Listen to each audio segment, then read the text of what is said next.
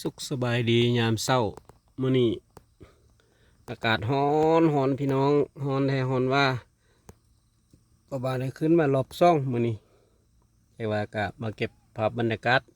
ฝากพี่ตอนน้องคือเก่าล่ะได้บ่เคยไปเคยมากะเบิ่งคลิปของพ่อบานเด้อ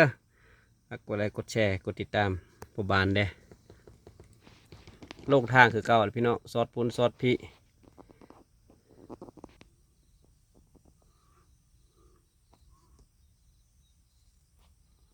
ว่าได้เก็บภาพบรรยากาศมาฝากพี่ตอนน้องคือเก่า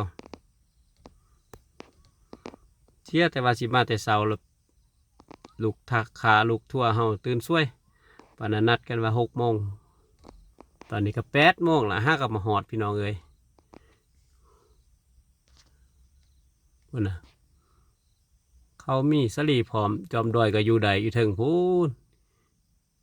เขาบ่มีสลีบ่พร้อมจอมแก้วอยู่บ่เป็นเพิ่นว่าสันเนาะ พี่น้องพุ่นนี่แหละเขาเอิ้นว่าผู้หัวโลนผู้หัวโลนนะบ่เคยมาจักเทื่อโลกทางเอาแท้เอาว่าโอ้บ่ลงทางนี่มาบ่ฮอดแท้ๆแหละพุ่นน่ะจากนั้นเขาก็สิว่าคิงคองอีกอยู่เทิงพูนแต่ว่าบ่แม่นเด้บ่แม่นคิงคองเด้ออย่าดราม่าเด้อคนพี่น้องคนย่างอยู่เทิงพุ่น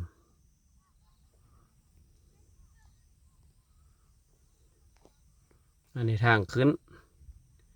ตัวนี้ทางขึ้นก็ดีแหละพี่น้องเพิ่นเฮ็ดทางมีทางย่างน้อยนึงแล้วก็ทางคอนกรีตเด้เนาะเป็นพักเป็นช่วงมาเนาะนี่อันนี้ลงละนี่นะทีลีค่าบริการผู้ละ10,000เด้อพี่น้องเด้อ10,000กระจายให้เพิ่นลดเพิ่นเฮ็ดทางขึ้นมาฮะ